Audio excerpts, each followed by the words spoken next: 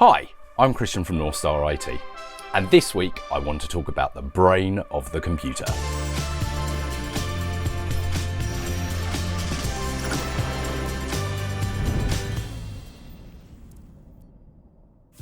So for those of you outside the IT industry, the processor inside the computer, sometimes referred to as the brain or the CPU correctly, is not the box that sits on your desk or underneath it or behind your monitor.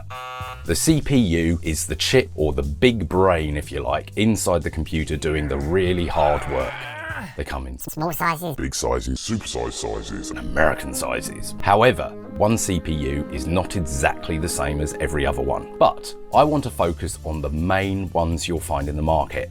If you want a computer that is fit for the job you need it to do, then you need to be focusing on the processors from Intel because they're the most common ones. You will find others, however, for this vlog, we're talking about Intel. You will focus on the market that has got a Core i3, i5, i7, and i9. And just like many other things around, the bigger the number, the faster it gets. That doesn't mean, though, you need to go and buy a computer with an i9 processor to do your day-to-day emails and surfing the web.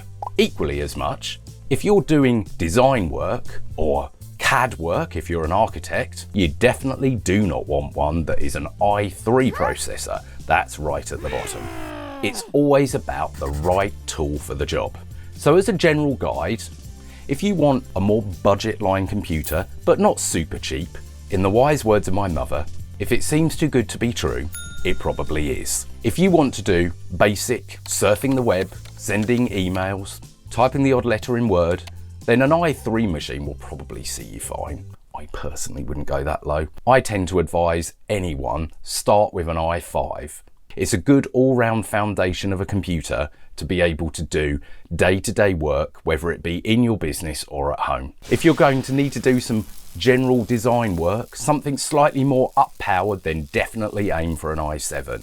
However, unless you want to go super fast, then go for an i9 processor. Other than that, the rest is really boring. If you want really in-depth advice about what computer is right for the job you do, then speak to your IT support people.